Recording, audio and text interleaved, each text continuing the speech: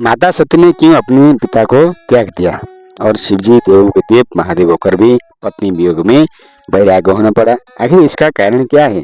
आइए जानते हैं इस रहस्य के बारे में। आप लोग वीडियो में बने रहे, वीडियो के माध्यम से आप लोग को जानकारी दे देंगे। क्योंकि एक समय की बात है, भगवान शंकर और माता सती कैलाश पर्वत पर क्रीड़ा करके बैठे हुए थे और उसी समय आकाश मार्ग से बहुत सारे विमान दक्ष प्रजापति की ओर जा रहे थे, माता सती के मायके की तरफ जा रहे थे। तो सती ने भगवान महादेव से पूछा, हे आप ये विमान क्यों जा रहे हैं उधर? तो महादेव कहते हैं, ये सती आप नहीं जानती, अपने पिता ने बहुत बड़ा यज्ञ का आयोजन किया है। हाँ, हमको तो बुलाया नहीं।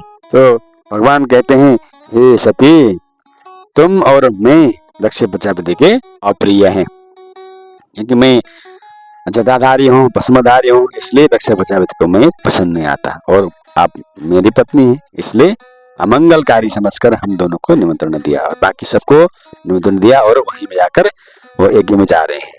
तो माता सती ने कहा, ऐसा होने से तो मैं भी जाकर देखूंगी, क्योंकि पिता ने बिना बुलाए भी बेटी जा सकती है। आखिर हमने क्या गलती किया तो पिताजी ने हमको नहीं बुलाया? ठीक है, आप तो भोले बाबा हैं, जटाधारी हैं, भस्मधारी हैं, फिर मेरे को क्यों छोड़ा? इसका कारण क्या है? तो इस में महादेव ने बहुत समझाया सती को, देखिए आप वहां जाएंगे तो मेरा अपमान देखकर आपको वो सहन नहीं होगा और वहां उपद्रव होगा, अप्रिय घटना हो सकती है, इसलिए सती आप वहां मत जाओ बोलकर भगवान शंकर ने बार बार सती को समझाए, पर सती एक नहीं मानी, क्योंकि स्त्री हट है। तो स्त्री हट के आगे महादेव को भी झुकना पड़ा और सती को भेज दिया। परंतु महादेव जानते थे वहां अप्रिय घटना होगा, इसलिए नंदी बिरंगी आदि इत्यादि को महादेव ने सती के पीछे पीछे लगा दिया। आप लोग जाओ, वहां सती के बारे में कोई अप्रिय घटना हो तो मेरे को फट से खबर देना। इसी प्रकार जब दक्ष प्रजापति के यज्ञ में सती गई तो दक्ष प्रजापति के यज्ञ में सबका भाग रखा हुआ था। भगवान महादेव को छोड़कर सबका भाग रखा हुआ था। सती को पसंद नहीं आई। सती ने दक्ष प्रजापति को समझाया, बुझाया, परंतु दक्ष प्रजापति भी एक नहीं माना। तो महादेव को बहुत अवांछनीय वचन लगाकर उसने वहां से दक्ष प्रजापति ने अपनी बेटी ही को ही ललकारा। अरे तुम उस अमंगल विषकारी उस महादेव की पत्नी हो, इसलिए तुमको बुलाएंगे तो फिर महादेव अपने से आएगा बोलकर तुमको भी खबर नहीं दिया। इसलिए बेटी आप बुरा मत मानो, आप बैठो और यहाँ यज्ञ का फल लो। पर दक्ष प्रजापति का ये सब देखकर सती को पसंद नहीं आया। सती ने कहा, अरे दुष्ट, तुम मेरे पिता हो, तुमको मैं न त्याग सकता हूँ और मेरे भोले बाबा का अप्रिय वचन, उनके बारे में निंदा न मैं सुन सकती हूँ। इसलिए आज मैं एक प्रणय करूंगी, न तो मैं पिता को त्याग सकती हूँ, न मैं पति को त्याग सकती हूँ। तुम मेरे पिता हो, मेरे को जन्म दिया है, वो मेरे पति हैं, मेरे ईश्वर हैं। भगवान की निंदा सुनना बहुत बड़ी गौ घात के समान पाप लगती है। हरिहर निंदा सुने ये काना, हुए गौ घात समान।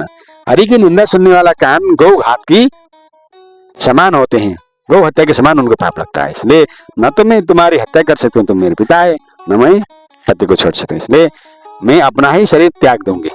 ऐसा बोलकर सती ने उस यज्ञ कुंड में अपने ही शरीर को त्याग दिया, वहीं में त्याग दिया। वहां उपद्रव हो गया और नंदी ने बहुत सारी समझाए, परंतु कोई कुछ नहीं माना।